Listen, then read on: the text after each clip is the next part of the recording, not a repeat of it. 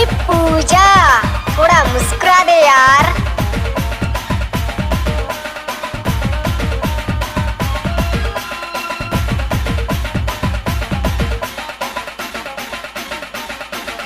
नाच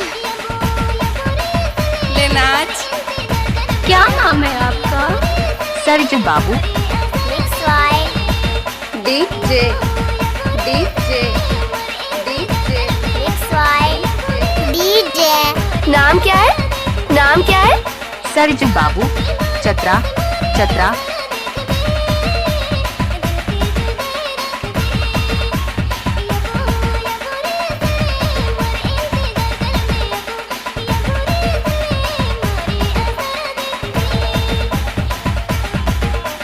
कहाँ घर बतोहार? अवाही से।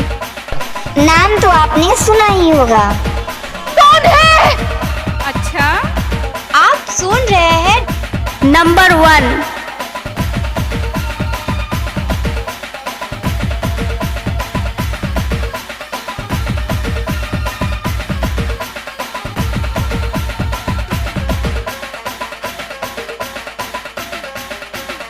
नाच ले नाच।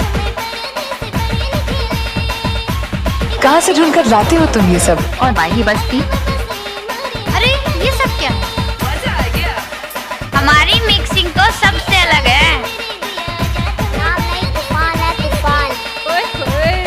अरे वाह, तेरी कसम मजा आ गया।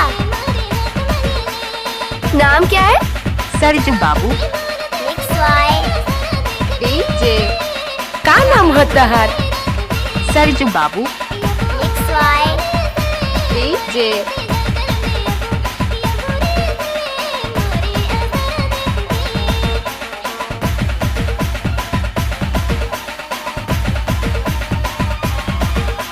कहाँ गांव बतहर? अवाही से। क्या नाम है आपका? सरजू बाबू।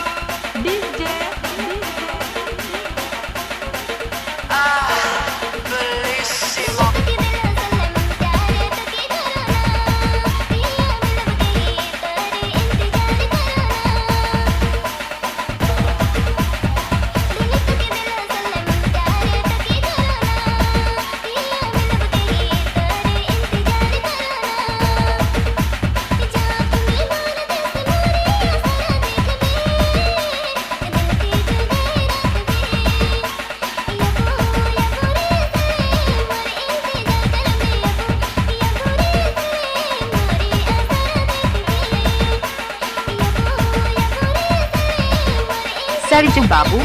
चतरा सरजू बाबू। चतरा चतरा।